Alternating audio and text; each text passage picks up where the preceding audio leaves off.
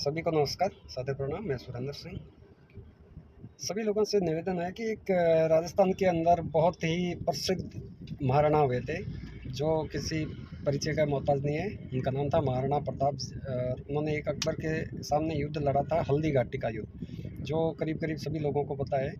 लेकिन आज 70 साल तक कांग्रेस की सरकार रही ना, तो उसमें अकबर का महिमा मंडन करके और अकबर की जीत बताई थी, महाराणा प्रताप की हार बताई थी।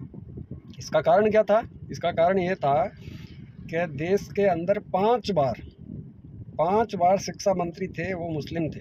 तो इन्होंने किताबों के अंदर, कागज़ों के अंदर अकबर को जिता दिया, पूरा इतिहास को तोड़ मरोड़ दिया, अकबर को महान बता दिया, अकबर को ग्रेट बता दिया, महाराणा प्रताप की हार बता दी। जबकि हकीकत यह है कि महाराणा प्रताप ने हल्दी घाटी का युद्ध जीता था और मुगलों को महाराणा प्रताप की सेना ने भागने पे मजबूर कर दिया था। ठीक है ना? और इसका जीता जागता प्रमाण भी, आज मैं राजस्थान से बिलोंग करता हूँ और मैं हल्दी घाटी कई बार जा चुका हूँ। वहाँ के आसपास में आप देखेंगे ना, तो आज भी लोगों के पास ताम्र पत्र मिलते हैं।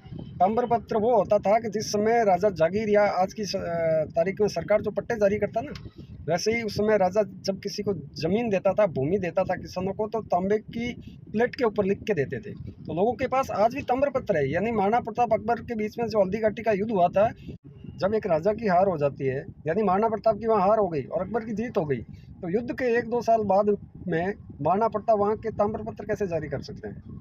यहीं से पूरी सच्चाई का युद्ध 4 घंटे चला। राजपूत सेना में करीब 5,000 सैनिक थे, मुगलों की सेना में 20,000 सैनिक। राजपूतों के पास बंदूकें नहीं थी, मुगल सेना के पास बंदूकें थी। महाराणा की सेना में करीब 100 हाथी थे, मुगल सेना में इससे 3 गुना ज्यादा हाथी थे। राजपूतों ने मुगलों को तगड़ा नुकसान पहुंचाया, लेकिन बीच युद्ध में राणा प्रताप घायल हो गए। रणनीति के तहत राणा प्रताप को बाहर भेजा गया। इसके बाद भी राजपूतों ने मुगलों पर गोरिल्ला हमले जारी रखे। युद्ध से निकलकर राणा प्रताप ने फिर से प्लानिंग की, अपनी जमीन पर फिर से कब्जा किया और मुगलों को लोहे के चने चबवाए। लेकिन राणा के घायल होकर चले जाने को मुगलों की जीत बताया गया। यानी युद्ध का नतीजा यह बताया गया कि राजपूतों को पीछे हटना पड़ गया। हल्दी घाटी के युद्ध में किसकी जीत हुई थी? सालों तक यही बताया गया कि युद्ध में राजपूतों की हार हुई, जो सही नहीं था। हल्दी घाटी युद्ध में क्या हुआ था, कौन जीता था, किसे पीछे हटना पड़ा था, इसकी सच्चाई आपको बताता हूं। हल्दी घाटी के युद्ध में राजपूतों की जीत हुई थी। मुगल सेना महाराणा प्रताप को पकड़ नहीं पाई। महाराणा ने बाद में गोरिल्ला युद्ध छेड़ दिया। महाराणा ने अपने इलाकों को वापस जीता। मुगल सेनापति मानसिंह से अकबर नाराज थे। अकबर ने मानसिंह को दरबार में बैन तक कर दिया था। ऐसे कई ऐतिहासिक प्रमाण हैं जिससे यह पता चलता है कि हल्दी घाटी में मुगलों की नहीं बल्कि महाराणा प्रताप की जीत हुई थी। उदयपुर में प्रोफेसर और इतिहासकार चंद्रशेखर शर्मा ने अपनी किताब राष्ट्र रत्न महाराणा प्रताप में हल्दी घाटी के बारे में डिटेल से बताया। किताब में लिखा गया है कि युद्ध में अकबर जो चाहता था वो हासिल नहीं कर पाया, जबकि महाराणा प्रताप मातृभूमि की रक्षा में सफल रहे। उस समय जमीन देने का अधिकार राजा के पास था। तांबे की प्लेटों यानी ताम्र पत्र पर जमीन का पट्टा दिया जाता था। महाराणा प्रताप ने युद्ध के 1 साल बाद तक जमीनें दी। लोगों के पास महाराणा प्रताप के ताम्रपत्र मौजूद थे। अगर मुगल युद्ध जीते होते तो वो ऐसा कैसे कर पाते?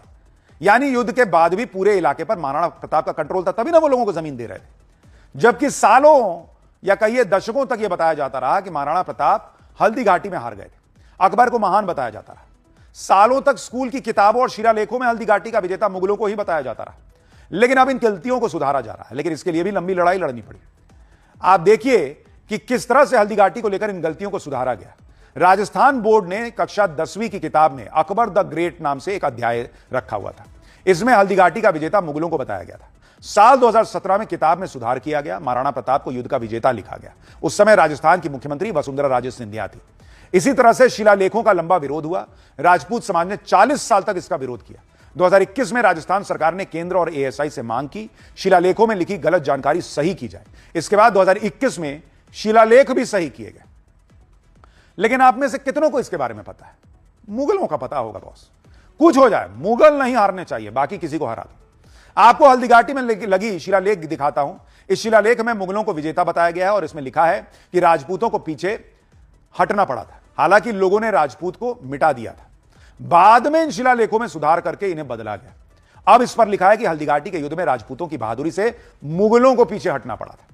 हल्दी घाटी के युद्ध में महाराणा प्रताप की लीडरशिप में राजपूतों ने गजब की बहादुरी दिखाई थी। राजपूत सेना के शौर्य से मुगलों के अंदर एक डर बैठ गया था और यह बातें खुद मुगल इतिहासकारों ने कही। मुगल इतिहासकार अब्दुल कादिर बदायूनी ने अपनी किताब मुंतखब उत तवारीख में लिखा है कि जून की गर्मी में मुगल सेना भूखी प्यासी मर रही थी। पहाड़ों से महाराणा की सेना हमला कर रही थी। राजपूतों के डर से रात में मुगल सो नहीं पाते थे। मुगलों के सामने राजपूत लोहे की दीवार बन गए थे। मुगल सेना के हाथियों के सामने राजपूत कूद जाते थे। राजपूतों के शौर्य से मुगलों की रूह कांप गई थी। यह खुद लिखा हुआ है। यह है हल्दी घाटी का इतिहास जो मुगल इतिहासकारों ने लिखा है। महाराणा प्रताप के नेतृत्व पर राजपूतों के सामने मुगल सेना कहीं टिक नहीं पाई थी। हल्दी घाटी में महाराणा प्रताप के मार खाने के बाद भी महाराणा प्रताप से मार खाने के बाद भी मुगल नहीं सुधरे थे। हल्दी घाटी के युद्ध के 6 साल बाद 1582 में एक बार फिर से महाराणा प्रताप और मुगलों का आमना सामना हुआ। इसे दिवेर का युद्ध कहते हैं।